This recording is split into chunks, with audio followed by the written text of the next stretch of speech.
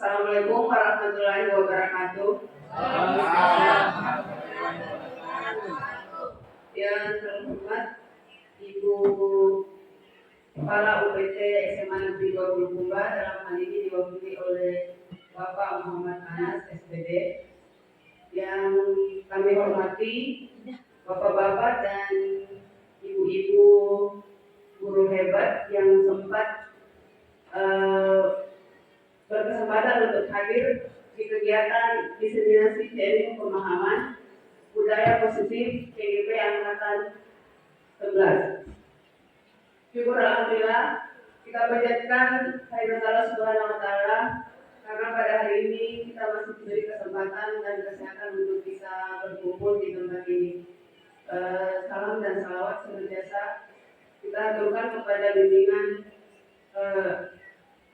Muhammad sallallahu alaihi wasallam, Nabi sebagai rahmatan lil alamin. Baik Bapak Ibu guru hebat, untuk kegiatan kita selanjutnya adalah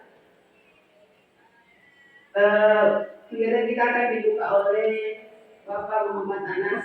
Dalam hal ini kami persilakan. Terima kasih kepada moderator kesempatan yang diberikan kepada saya. Assalamualaikum warahmatullahi wabarakatuh. Waalaikumsalam warahmatullahi wabarakatuh. Syukur alhamdulillah kita panjatkan kehadirat Allah Subhanahu wa taala karena pada siang hari ini kita bisa berkumpul di ruangan ini dalam rangka satu kegiatan, yaitu kegiatan diseminasi sharing pemahaman budaya positif di sekolah. Semoga dengan adanya sharing pemahaman ini bisa menularkan praktik-praktik baik yang bisa kita aplikasikan di dalam lingkungan sekolah kita, sehingga nantinya budaya positif ini itu akan berimplikasi terhadap lingkungan belajar, di mana lingkungan belajar inilah yang akan sangat mempengaruhi kegiatan proses belajar mengajar kita. Lingkungan belajar bukan hanya faktor fisik, tapi faktor psikologis, faktor sosial, semua yang berpengaruh terhadap proses belajar mengajar itu semua adalah termasuk lingkungan belajar. Dan yang sangat mempengaruhi adalah budaya positif. Pada kesempatan ini calon guru penggerak angkatan 11 Kabupaten Bulukumba, khususnya dari SMA Negeri 2 Bulukumba, itu akan melakukan sebuah diseminasi sharing pemahaman budaya positif.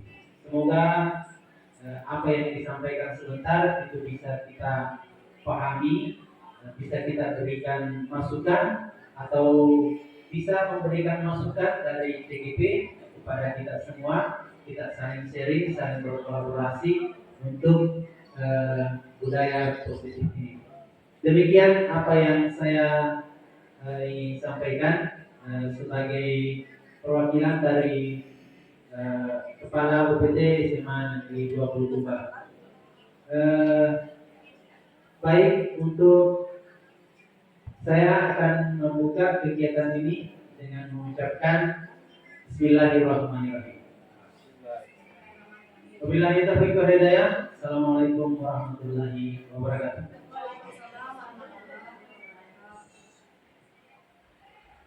Untuk selanjutnya sharing pemahaman untuk materi yang pertama akan disampaikan oleh Ibu Bunga SPD, Bungawati SPD LPD.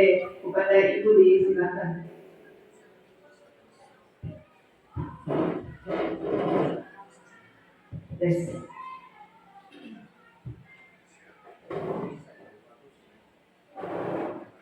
Bismillahirrahmanirrahim. Assalamualaikum warahmatullahi wabarakatuh. Jadi terima kasih sekali lagi saya ucapkan kepada Bapak Wakil Kepala Sekolah dan Bapak Ibu Guru rekan sejawat atas kesediaan meluangkan waktunya membersamai kami. Jadi kegiatan ini bukan maksud mau menggurui Bapak Ibu, tetapi bagaimana kita sharing. Kami hanya menyampaikan ilmu yang kami dapatkan di pendidikan guru penggerak. Semoga ini bisa kita nanti sama-sama belajar dan sama-sama untuk menerapkan demi menciptakan lingkungan positif di sekolah kita sampai itu bisa jadi budaya positif. Baik Bapak Ibu, kami perkenalkan kembali calon guru penggerak angkatan 11. Jadi ada saya, Ibu Bungawati, kemudian Ibu Santi Asmarani, Ibu Sum Apriani, dan Bapak Muhammad Syarif. Kemudian budaya positif itu masuk di modul 1.4. Jadi ada koleksi antar materi, antara satu-satu. Jadi ada filosofi pendidikan nasional menurut Ki Hajar Dewantara, kemudian ada nilai-nilai dan peran guru penggerak, kemudian visi guru penggerak, dan yang keempat yang sekarang dilakukan diseminasi adalah budaya positif. Menjalankan budaya positif di sekolah merupakan upaya pencapaian tujuan pendidikan nasional menurut Ki Hajar Dewantara. Jadi pendidikan yang berpihak pada murid, bersifat menuntun tumbuh dan berkembangnya kodrat anak sesuai dengan kodrat alam dan kodrat zaman. Kemudian untuk nilai dan peran guru penggerak, jadi kita sebagai guru dengan memiliki nilai guru penggerak, maka guru itu dapat dengan mudah mewujudkan budaya positif. Peran guru penggerak sebagai motor dalam mendorong kolaborasi dan pembentukan keyakinan kelas yang akan dijalankan. Jadi sekarang ini saya lihat di kelas-kelas juga Bapak Ibu sudah ada tertempel keyakinan kelas. Alhamdulillah, berarti itu tandanya sudah ada budaya positif yang dilaksanakan. Kemudian visi guru penggerak, budaya positif merupakan salah satu perubahan yang menjadi visi guru penggerak dalam mewujudkan lingkungan yang nyaman, aman, dan berpihak pada murid. Jadi di sini memang kita ditekankan semua aktivitas semuanya harus berpihak pada murid. Jadi guru, istilahnya itu kita guru di pendidikan, guru penggerak, guru itu adalah pelayan. Tanda kutip pelayan bukan sebagai raja dan budaknya, tetapi bagaimana kita melayani keinginan anak supaya bisa terpenuhi dari berbagai macam karakter.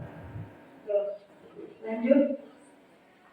Topik-topik kali ini yang pertama adalah disiplin positif dan nilai-nilai kebajikan. Kemudian ada teori motivasi, hukuman, penghargaan dan restitusi, keyakinan kelas, kebutuhan dasar manusia dan dunia berkualitas, restitusi 5 posisi kontrol. Jadi guru di sini 5 posisi kontrol. Kemudian restitusi segitiga restitusi. Kemudian tujuan pendidikan. Ki Hajar Dewantara menyatakan tujuan dilakukannya pendidikan adalah untuk menuntun segala kodrat yang ada pada anak-anak itu agar mereka sebagai manusia dan anggota masyarakat dapat mencapai keselamatan dan kebahagiaan yang setinggi-tingginya. Jadi kita itu menonton kekuatan kodrat yang ada pada anak agar dapat memperbaiki lakunya, bukan dasarnya. Jadi yang namanya karakter biologis pada anak itu tidak bisa dihapus. Karakter buruk yang ada pada anak tidak bisa dihapus Bapak Ibu. Hanya bisa ditipiskan, tidak bisa dimunculkan. Caranya bagaimana memberikan pendidikan, bagaimana memberi contoh, karena kita ini sebagai guru adalah panutan. Gitu. Lanjut.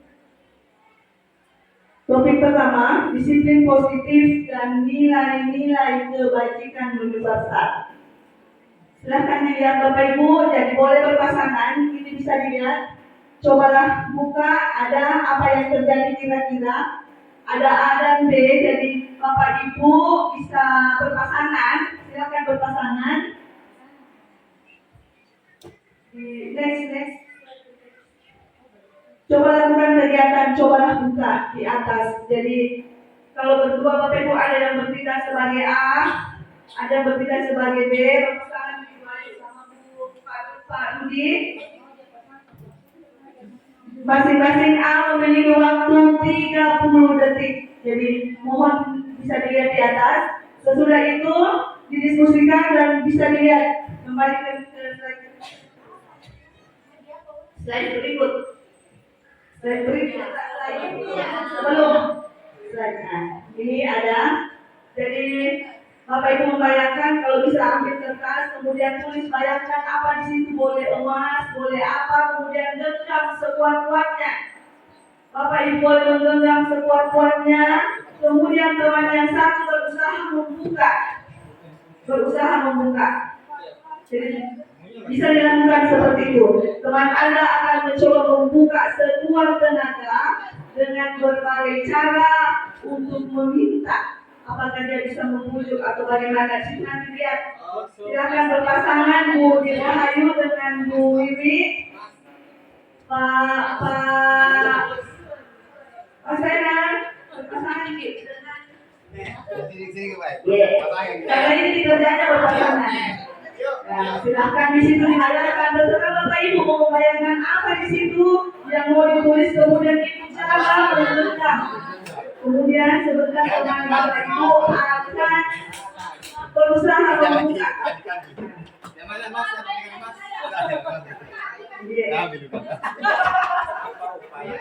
Apa upaya untuk membuka, terserah mau dibujuki, mau apa nih, tergantung juga Bapak Ibu apakah dia mau membuka atau mau bagaimana.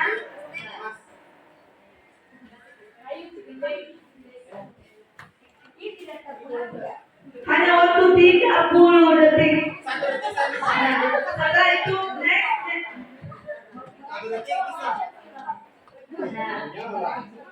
Itu bisa dilihat di atas. Jadi coba lakukan kegiatan, cobalah buka di atas dengan B secara bergantian. Masing-masing A dan B memiliki waktu 30 detik saja. Kira-kira Bapak Ibu, apakah Anda atau B membuka kepalan tangan Anda? Mengapa Anda membuka? Jadi apa kira-kira alasan Anda? Kemudian apakah Anda atau B menutup kepalan tangan? Kemudian yang ketiga, dalam kegiatan ini sesungguhnya siapa yang memegang kendali atau kontrol untuk membuka atau menutup kepalan tangan Anda? Jadi Bapak Ibu bisa lihat pertanyaan 1, 2, 3. Sudah Bapak Ibu aktivitasnya sudah? Sekarang untuk pertanyaan pertama. Apakah Anda dan B membuka kepalan tangan Anda? Mengapa? Siapa kira-kira yang bisa memberikan jawaban kenapa Bapak Ibu membuka kepalan tangan Anda? Kira-kira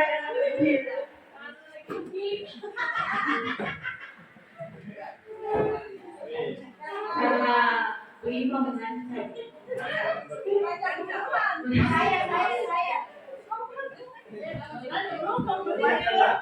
Karena anak janji mau anak berbicara ini yang tulis. Kemudian yang kedua, jadi yang pertama dan yang kedua itu jawabannya bisa bervariasi. Ada yang bisa tetap mempertahankan kepalan tangan, ada yang bisa dengan rela membuka. Kemudian yang ketiga, dalam kegiatan ini sesungguhnya siapa yang memegang kendali? Siapa kira-kira yang memegang kendali? Siapa kira-kira yang memegang kendali atau kontrol untuk membuka dan menutup kepala tangan? Siapa kira-kira? Kira-kira yang jawaban, Bapak Ibu, siapa sendiri? Kalau saya Siapa saya kira-kira?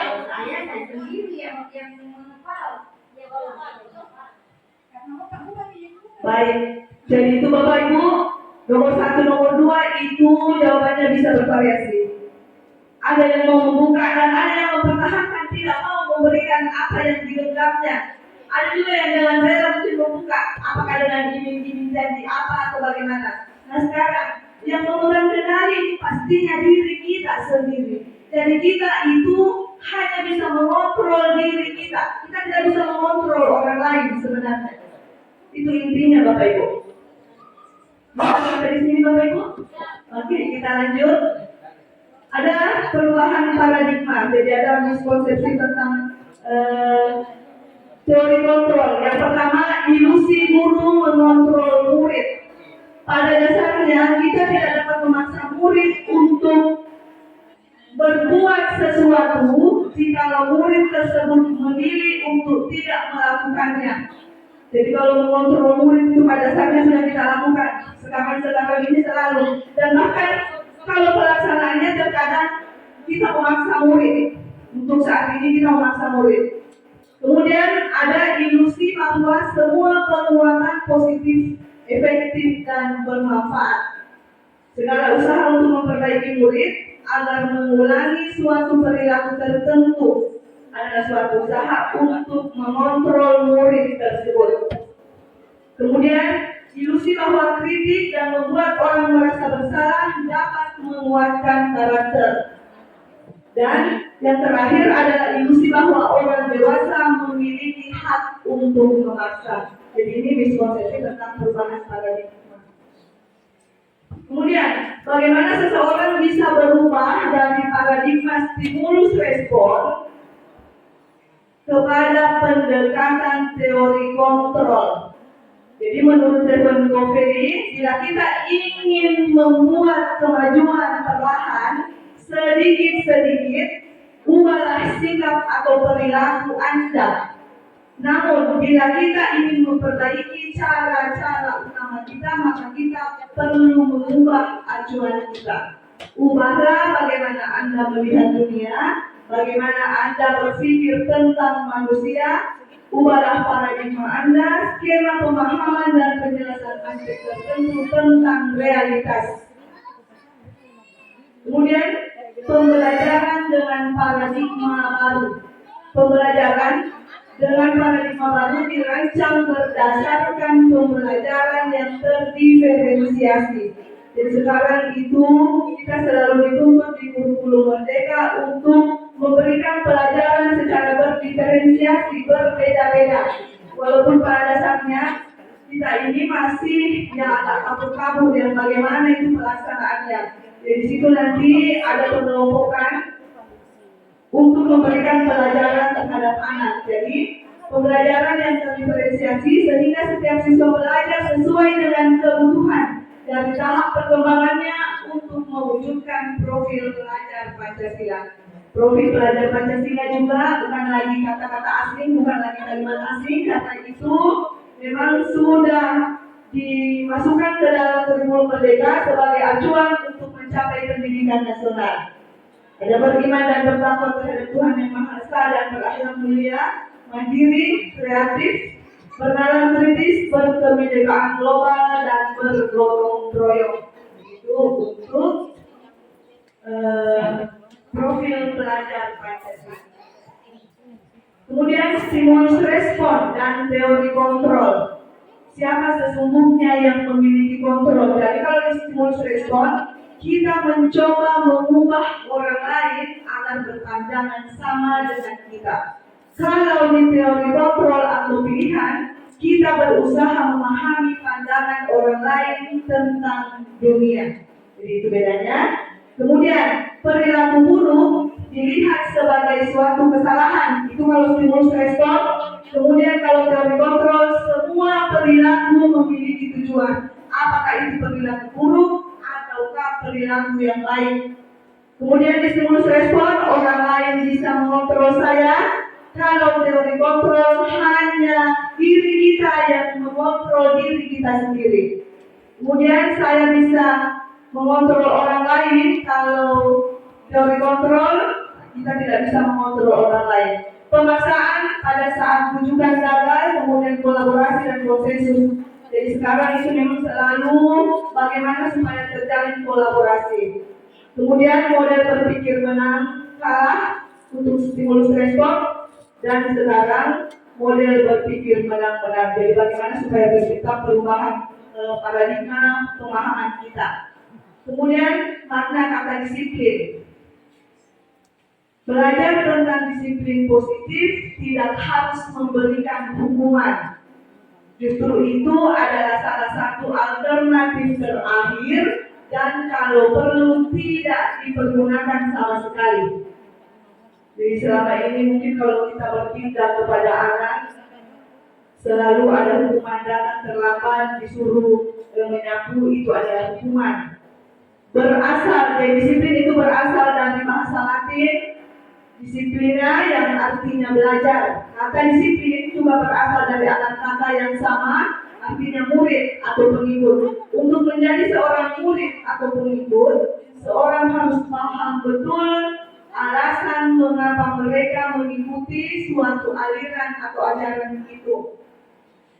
Kemudian makna asal dari kata ini berkonotasi dengan disiplin diri dan murid-murid. Socrates dan Plato. Disiplin diri membuat seseorang menggali potensinya menuju sebuah tujuan, sesuatu yang dihargai dan bermakna. Next. Kemudian nilai-nilai kebajikan universal. Jadi ada nilai-nilai kebajikan universal yang perlu diterapkan.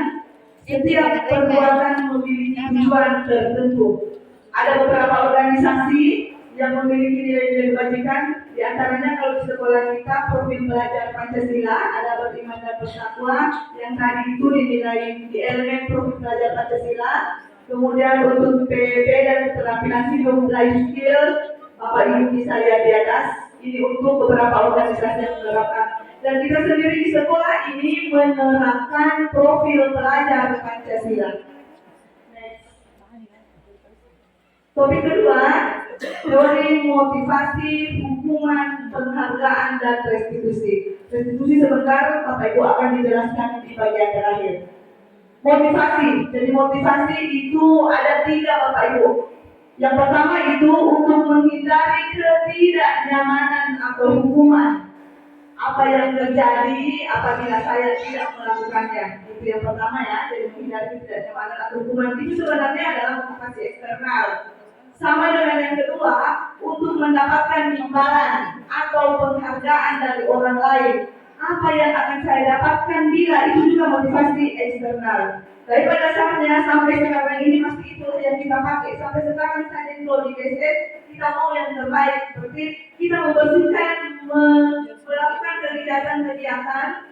Pasti tujuan utama saya yang pertama adalah bagaimana kita mendapatkan penghargaan, mendapatkan pengakuan.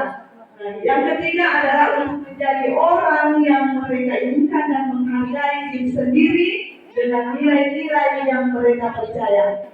Saya akan menjadi apa sekiranya saya melakukan ini. Jadi itu adalah motivasi internal. Dan bagaimana caranya supaya nanti di pendidikan kita ini, di sekolah kita ini, kita mengikuti atau kita menerapkan bagaimana supaya motivasi internal yang bisa kita jalankan, bukan motivasi eksternal. Kemudian dihubung oleh penghargaan. Penghargaan itu berlalu sama dengan hukuman. Ternyata ini juga pengalaman baru. Jadi kalau selama ini itu kita mengajar, terkadang di dalam kelas itu ada anak yang mendapatkan sesuatu nilai tinggi, terkadang kita kasih hadiah. Ternyata itu sebenarnya adalah sama dengan hukuman. Kenapa? Karena itu mungkin tidak konsisten yang kita lakukan. Dan itu bisa menurunkan semangat yang lain yang tidak mendapat. penghargaan gitu. Next, Bu Santi. Pengakuan atau apresiasi kebajikan, bentuk program kebajikan, ada pengakuan secara khusus, pengakuan secara pribadi, pengakuan kepada semua murid dan pergantian, pengakuan secara konsisten dan fokus pada proses. Tindakan berupa hukuman dan konsekuensi. Mohon maaf Bapak Ibu, silakan diperhatikan. Next slide. Silakan diperhatikan tindakan guru di atas. Apakah itu termasuk hukuman atau konsekuensi? Silakan Bapak Ibu bisa lihat, dipikir-pikir dulu apakah termasuk hukuman dan konsekuensi. Ya. Selanjutnya untuk melanjutkan ini saya persilakan Ibu Santi memandu kembali. Terima kasih.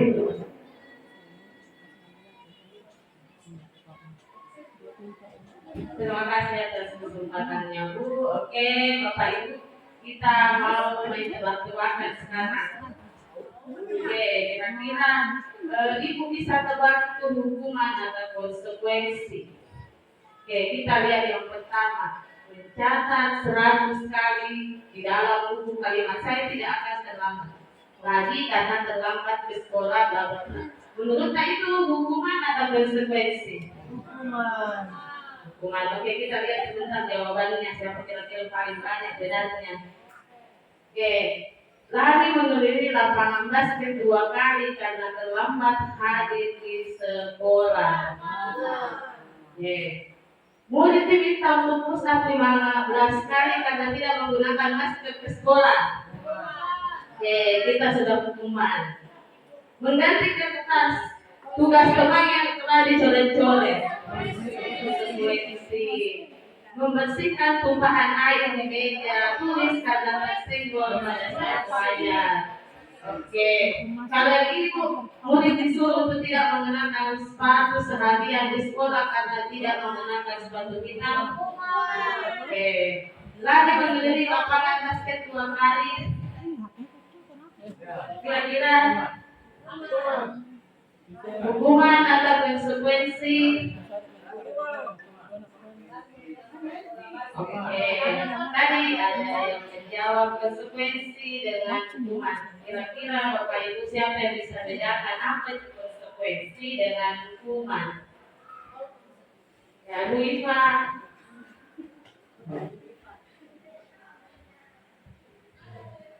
Terima kasih atas kesempatan yang diberikan. Menurut saya hukuman itu bisa berupa fisik atau berupa fisik yang diberikan kepada anak-anak atau yang melanggar aturan yang sudah ditetapkan. Kalau konsekuensi artinya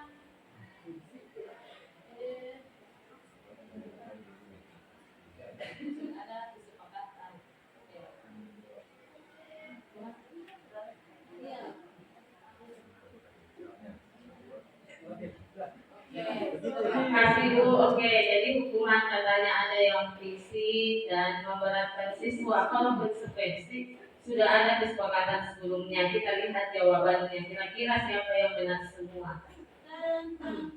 Oke, yang pertama hukuman, yang kedua hukuman, ketiga konsekuensi yang ini, yang keempat.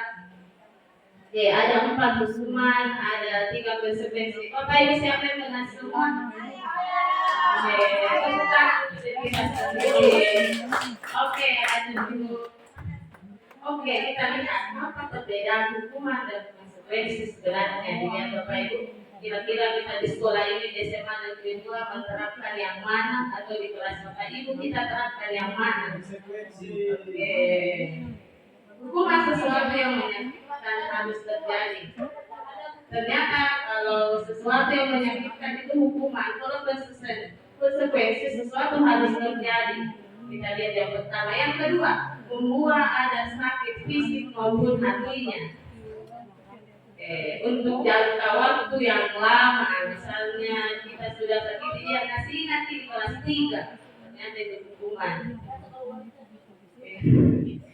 Oke, selanjutnya membuat ada merasa tidak nyaman dalam jangka waktu yang pendek.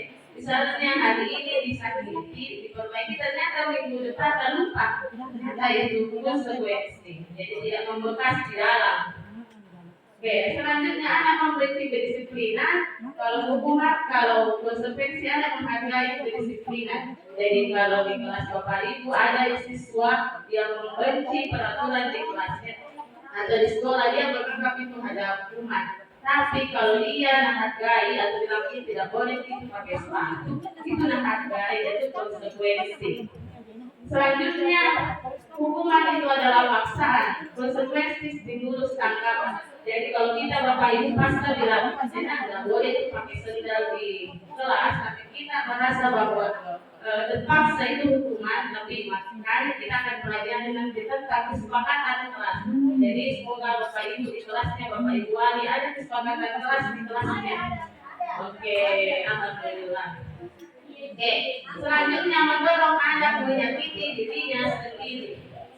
Maksudnya siswa itu merasa tersakiti dengan untuk dirinya sendiri, misalnya jangan hafal itu diambil sepatuku, tapi harganya tersakiti dirinya, tapi untuk menghargai orang lain itu termasuk hukuman. Kalau konsekuensi mendorong anak untuk menyelesaikan dirinya. Jadi misalnya Bu, bisa itu sepatu buku simpan saja waktu bawa pulang, itu konsekuensi.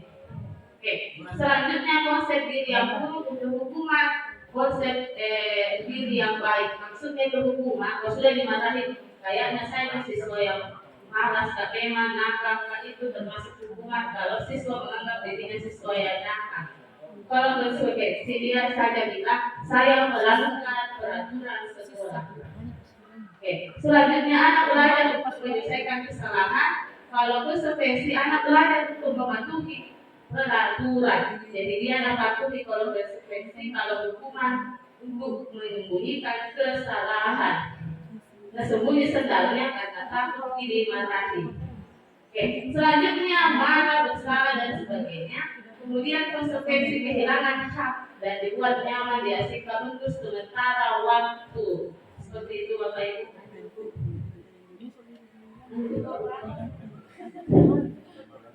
Oke, jadi Bapak Ibu ada identitas gagal menuju identitas siswa. Jadi sukses.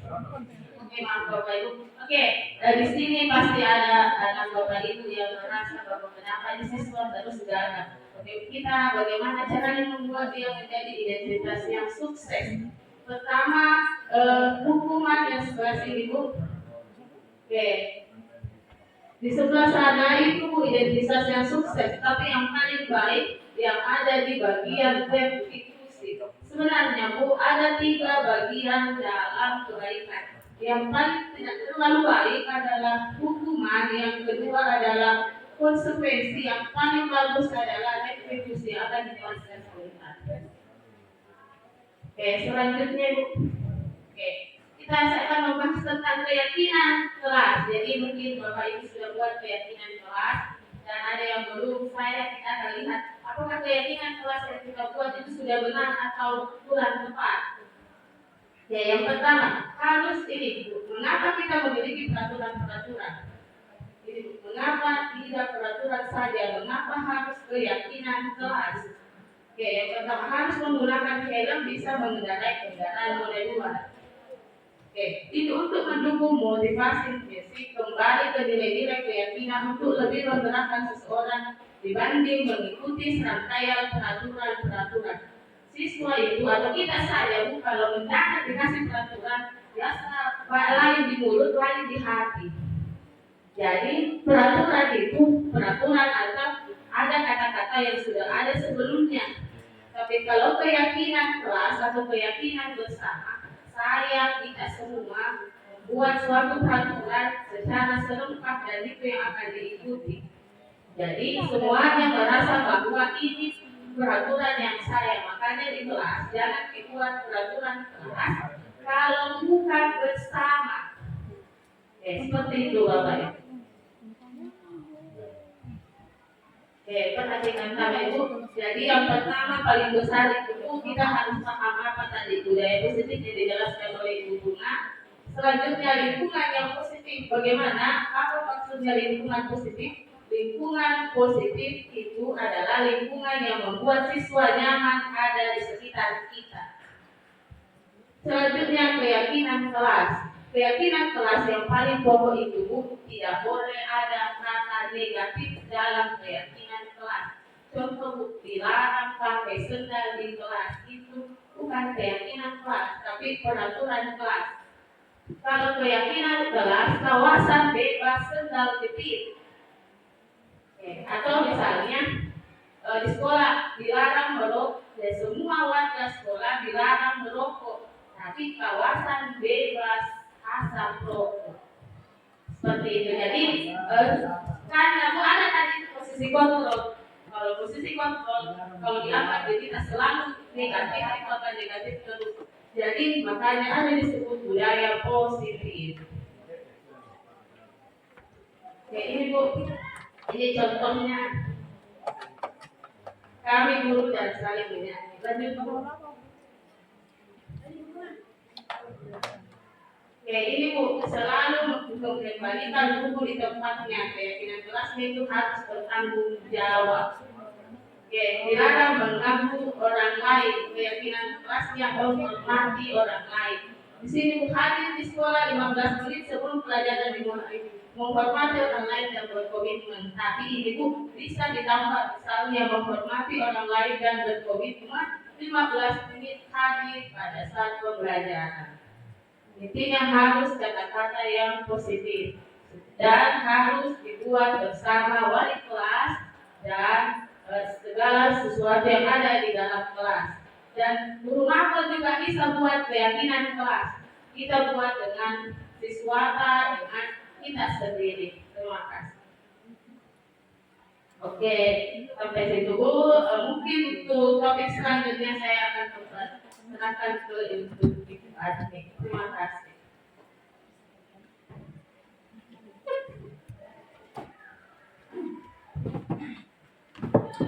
Terima kasih kepada Ibu Santi. Baik, saya akan melanjutkan materi. Yang pertama adalah materi kebutuhan dasar manusia.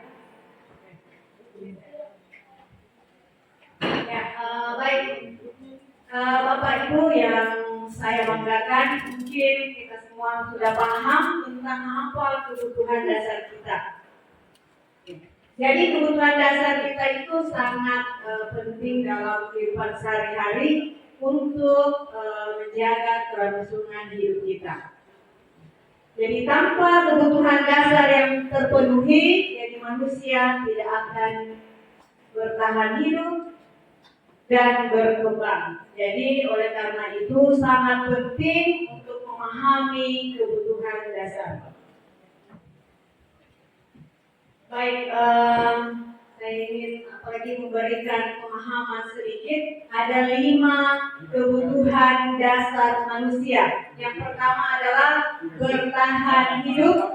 Yang kedua adalah kasih sayang dan rasa diterima. Kemudian yang ketiga adalah kebebasan. Yang keempat adalah kesenangan. Dan yang kelima adalah penguasaan. Oke, baik. Yang pertama, kebutuhan untuk bertahan hidup. Jadi Bapak Ibu mungkin yang paling mendasar. Jadi contohnya makan, minum, tempat tinggal, kesehatan, pakaian dan lain sebagainya, itu adalah kebutuhan bertahan hidup. Kemudian yang kedua adalah kebutuhan akan rasa diterima, rasa kasih sayang. Jadi ini bukan dalam bentuk kasih sayang sesama teman, kasih sayang dengan suami, anak, orang tua, rekan sejawat dan sebagainya. Kemudian kebutuhan akan kebebasan. Contohnya di sini adalah kebutuhan kebebasan untuk membuat pilihan, untuk menyuarakan pendapatnya, bebas memberikan kesempatan dan sebagainya. Kemudian yang keempat adalah kebutuhan akan kesenangan. Contohnya, ya bagaimana guru menyajikan pembelajaran yang menarik di dalam kelas, kemudian bagaimana kita senang mengekspresikan perasaan kita, dituangkan dalam perasaan yang bahagia. Kemudian yang kelima adalah kebutuhan akan penguasaan.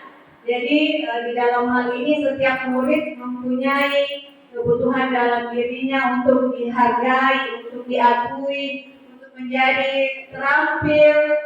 Kemudian bagaimana dia diberi kesempatan untuk membuat keputusan di dalam hidupnya.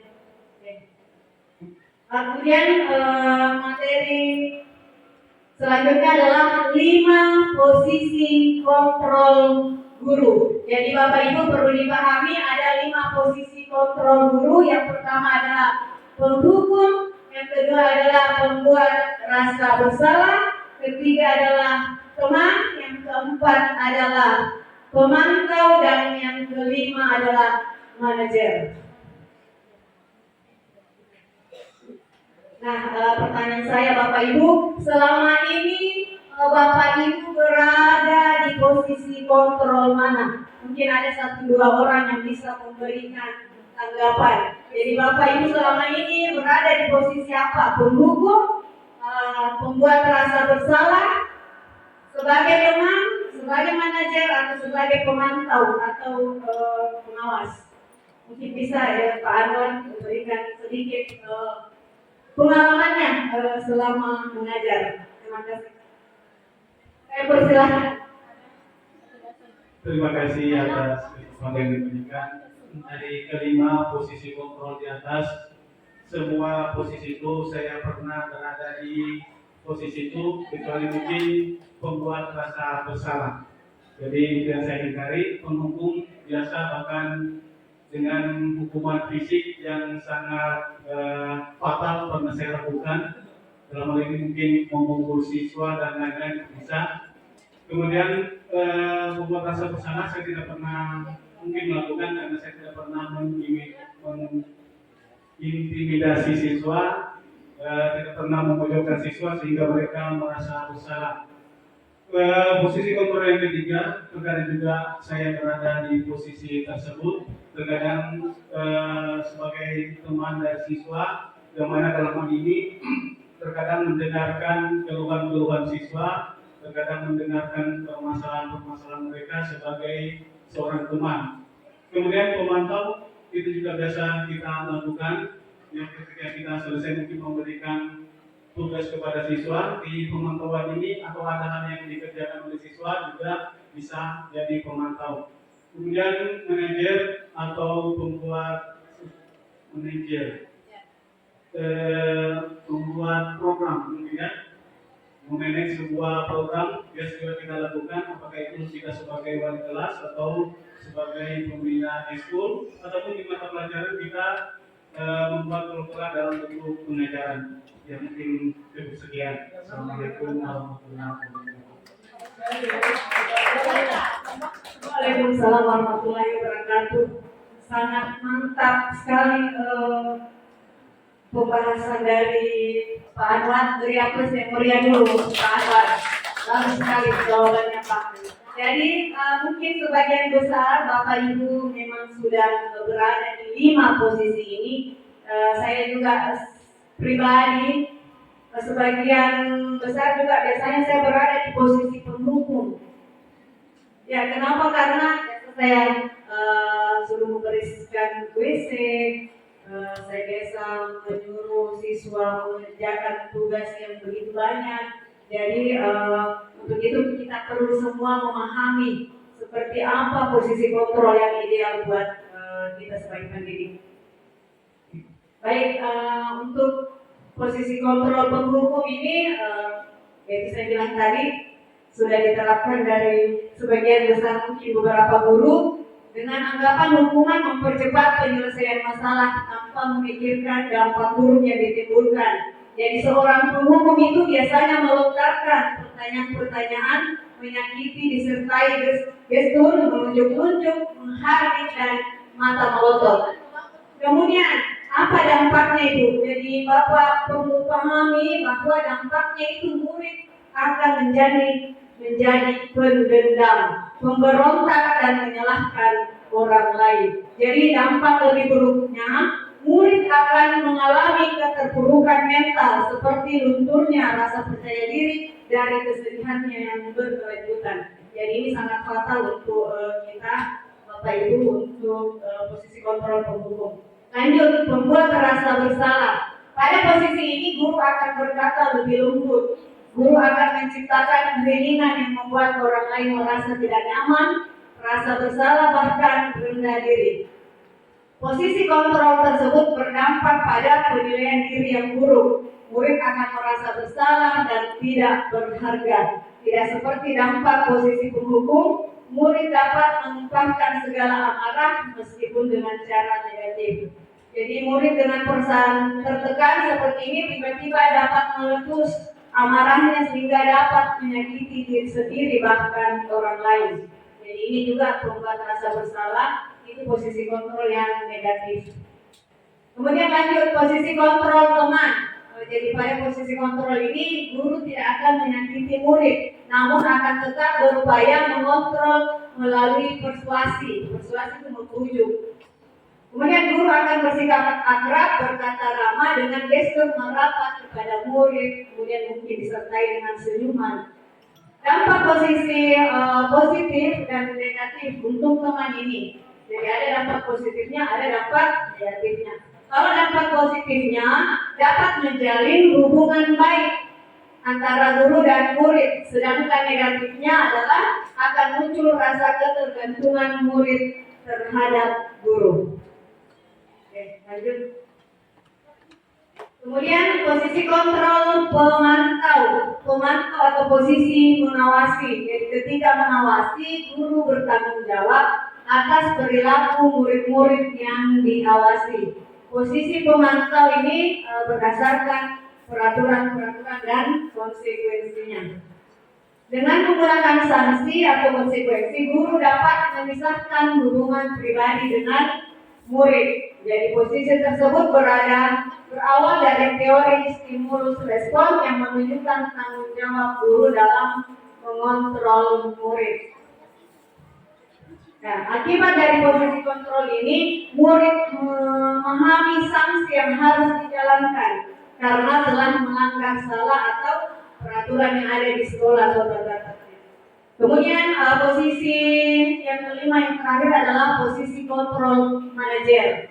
Posisi di mana guru melakukan sesuatu bersama murid. Jadi guru bersama murid mempersilahkan murid bagaimana dia mempertanggungjawabkan perilakunya atau pelanggarannya dan mendukung murid agar dapat menemukan solusi dari permasalahan yang dihadapi. Jadi pada posisi ini murid diajak untuk menganalisis kebutuhan sendiri maupun kebutuhan orang lain. Jadi kalau dilihat dari 5 posisi kontrol guru ini, yang paling ideal buat kita adalah posisi manajer. Bagus Bapak Ibu. Jadi kalau manajer, kita sebagai manajer tentunya kita dapat meringankan beban murid, membantu murid untuk menyelesaikan masalah yang dihadapi sehingga dapat menciptakan suasana sekolah, lingkungan sekolah yang aman dan kondusif. Ya, baik, sedikit ada refleksi.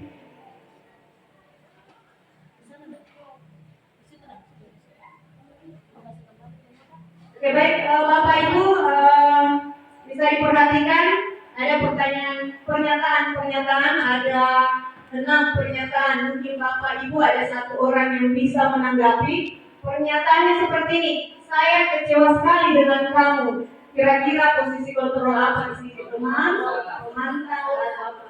Oke, siapa yang bisa 1 orang bisa mungkin memberi tanggapan di antara 6 pernyataan. Mungkin Ibu Sri bisa memberikan jawabannya. Bismillahirrahmanirrahim. Assalamualaikum warahmatullahi wabarakatuh. Pernyataan yang pertama, Saya kecewa sekali dengan kamu. Posisi kontrol yang tadi ada 5 itu, yang kedua, posisi kontrol yang kedua,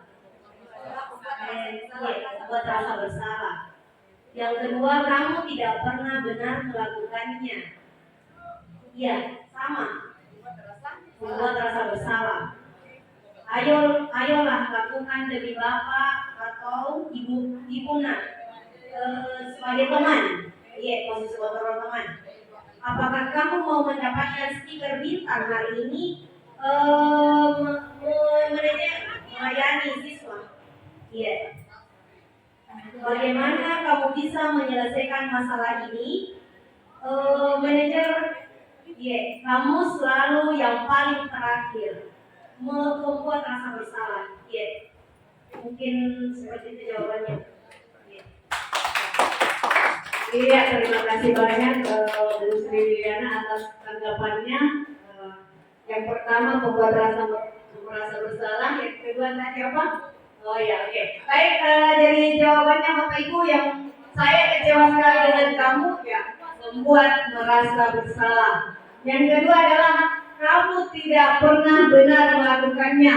Posisi penghukum, tadi Bu Ana mengatakan merasa bersalah penghukum. Sekarang yang ketiga, ayolah lakukan demi bapak ibu. Nah, oke, sudah benar, posisi teman. Yang keempat, apakah kamu mau mendapatkan stiker bintang hari ini? Jawabannya adalah memantau. Masih keliru tadi. Yang kelima, bagaimana kamu bisa menyelesaikan masalah ini? Sudah jelas sekali, sudah benar, manajer. Yang terakhir adalah kamu selalu yang paling terakhir. Itu adalah penghukum, sudah benar. Baik Bapak Ibu, saya kira ini penjelasan saya tentang kebutuhan dasar manusia. Kemudian yang terakhir adalah 5 posisi kontrol. Jadi perlu Bapak Ibu pahami, insya Allah ke depannya kita semua bisa berada di posisi kontrol manajer sehingga dapat menciptakan lingkungan belajar yang positif. Terima kasih. Assalamualaikum warahmatullahi wabarakatuh. Dilanjutkan teman kami oleh Bapak Muhammad Syarif. Saya persilakan. Bismillahirrahmanirrahim. Assalamualaikum warahmatullahi wabarakatuh.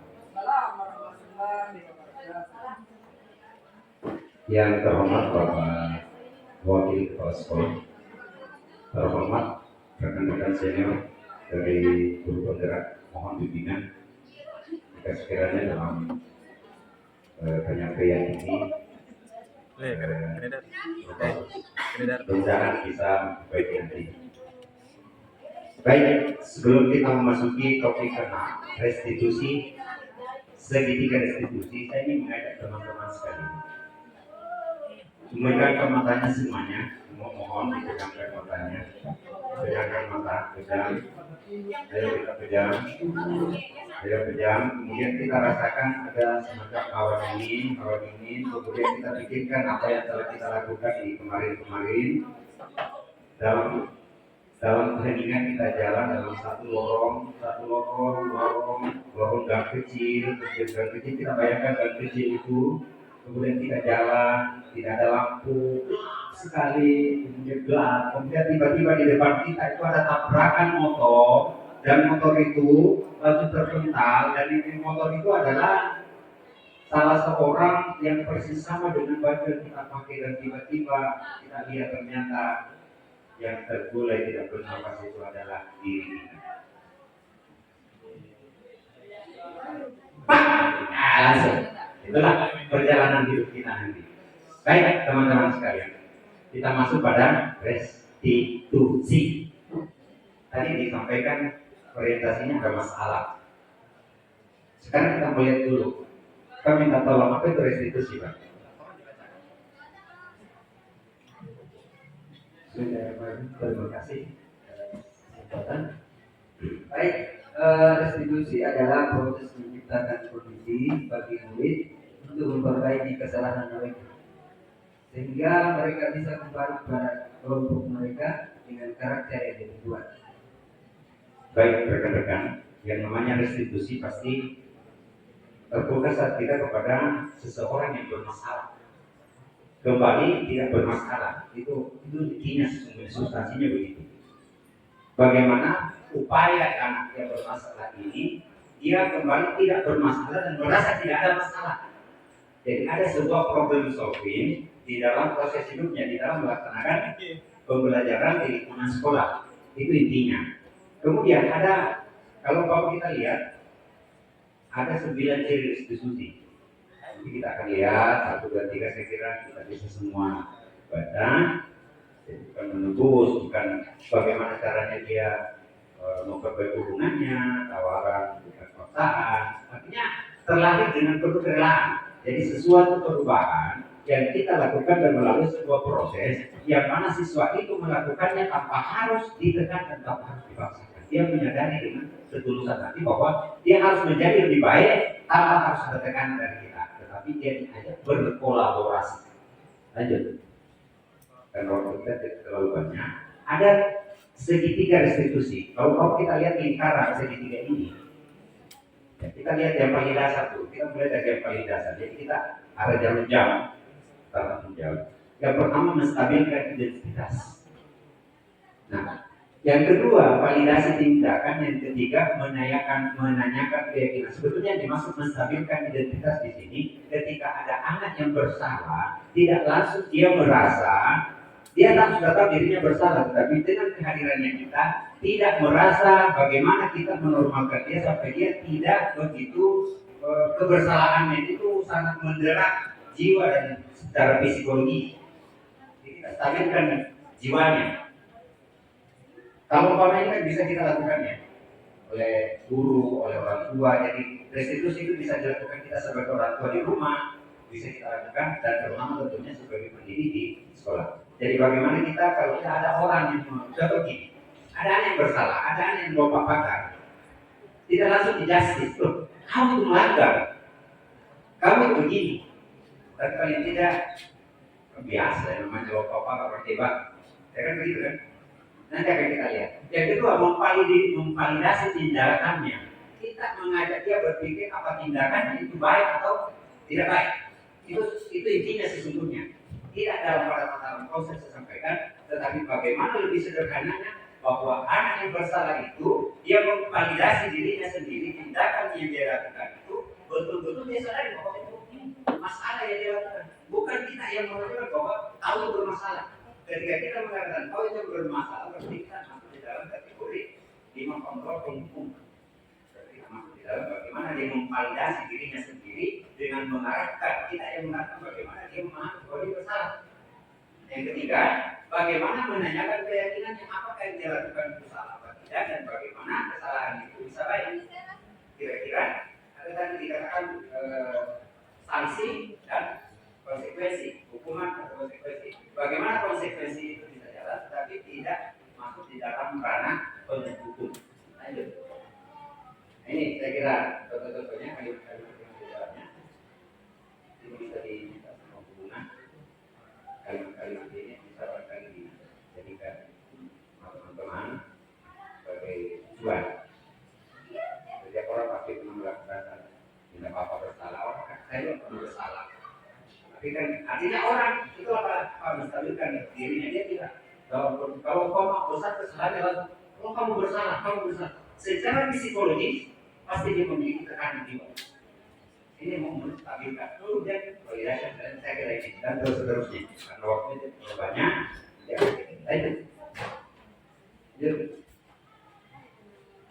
Menstabilkan di sini kita mencoba melihat penjelasannya. Kita sebagai guru, kita anggap di dalamnya ada anak kita, di dalam kelas kita atau di dalam lingkungan kita.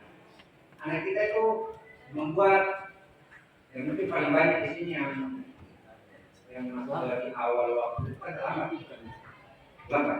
Dan ini saya sempat sampaikan waktu kita diskusi waktu karya dan ternyata bukan cuma sekolah kita, hampir sekolah menengah atas itu mengalami seperti ini. Saya tidak tahu apakah ini menjadi sebuah ciri khas sekolah lanjutan atas atau bagaimana. Untuk membuat anak yang merasa gagal karena mampu berbuat salah menjadi positif terhadap dirinya. Bagaimana anak itu ketika dia salah pasti kan setiap kita bersalah ada merasa rendah diri. kita saja membuat pelanggaran dalam norma agama, meskipun tidak ditahu sama orang lain, pasti ada tuntutan di jiwa kita bahwa kita ini rendah di hadapan Allah. Seperti ini di dalam aspek sosial, kehidupan sosial. Ketika kita melanggar norma sosial, kita berada di depan orang itu tahu, kita berada di depan orang banyak, pasti kita merasakan. Kenapa? Karena kita melanggar norma itu. Tetapi bagaimana pelanggaran norma itu yang dilaksanakan oleh seorang subjek tidak merasa dirinya rendah dengan arahan kita, sehingga dia memiliki motivasi. Jadi lebih baik jadi pikiran yang merasa dia sudah gagal, dia akan menjadi berpikiran positif bahwa dia akan bangkit kembali. Validasi kebutuhan ini harus kita berpikir positif. Semua anak melakukan tindakan pasti ada sebabnya. Kalau umpama dalam teori dikatakan teori sebab akibat ya, atau teori kausaliti. Semua kejadian yang ada pada seseorang terjadi, dia lakukan itu karena ada sebabnya. Begitu pula dengan siswa. Semua perilaku yang dilakukan oleh anak pasti ada penyebabnya, dan rata-rata menurut penelitian dia lakukan itu karena ingin memenuhi kebutuhannya. Ada 5 kebutuhan yang disampaikan di rumah itu. Ada hubungan, benih, 5 kebutuhan. Bagaimana dia bertani, bagaimana memenuhi kebutuhan hidupnya, bagaimana dia kekuasaannya, bagaimana kasih sayang, dan bagaimana sebagainya dari.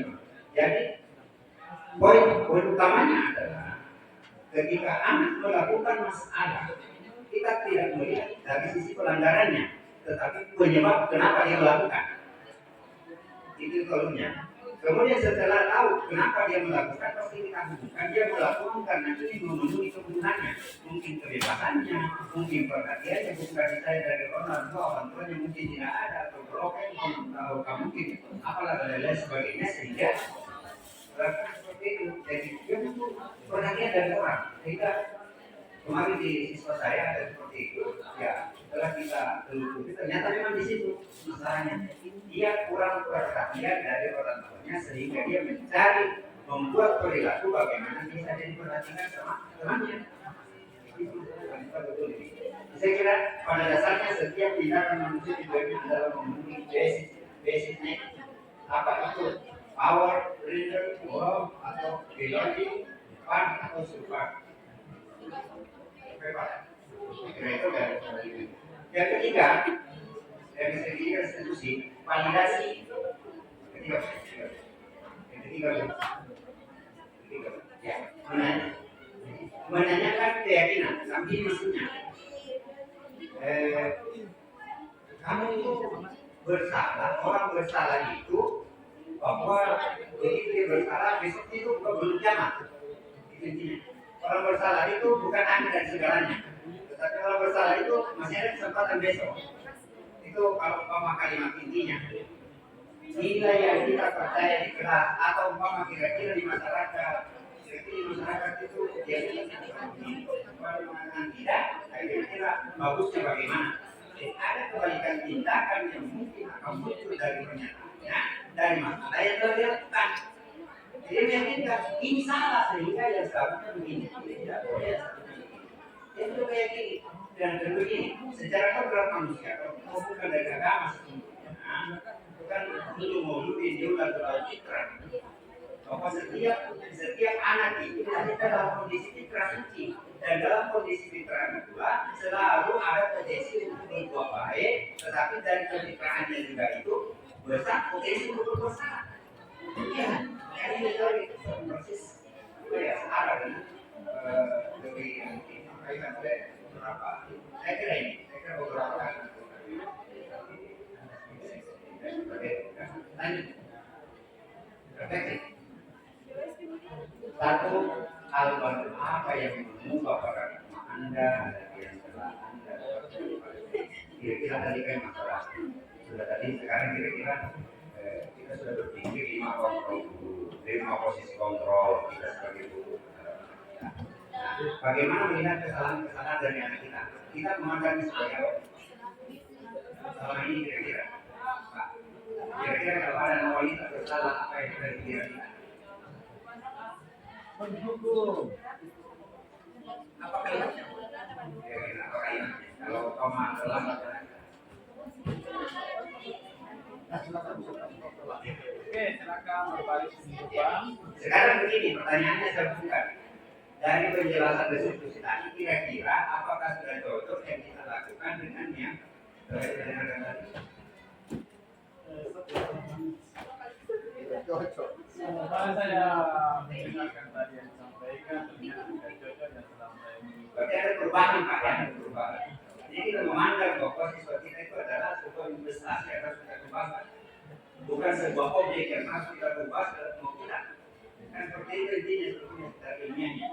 Yang kedua, perasaan apa yang muncul selama mengikuti ini khususnya mengenai makna disiplin motivasi intrinsik sebetulnya motivasi yang muncul dari diri kita sendiri tanpa kita kesadaran itu dalam. Kira-kira apakah kita mau berubah? Kira-kira model komunikasi kita pada berusaha. Insya Allah.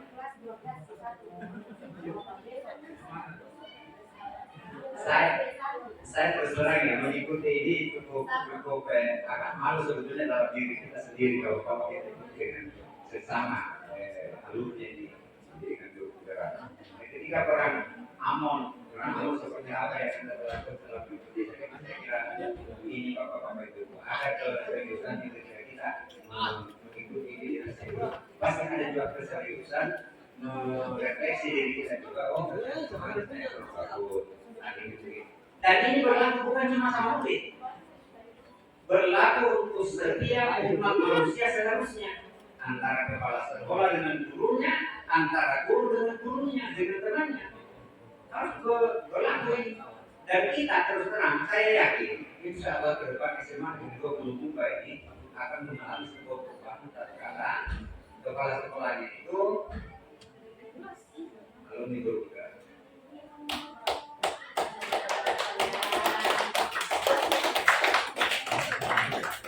Ada kita di sini, ada Ida, ada Pak baik kalau ada Anas, Rika, Rina tidak lama lagi jalan.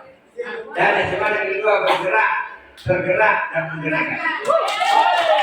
Lanjut Bu. Terima kasih banyak. Kemudian kita sampaikan.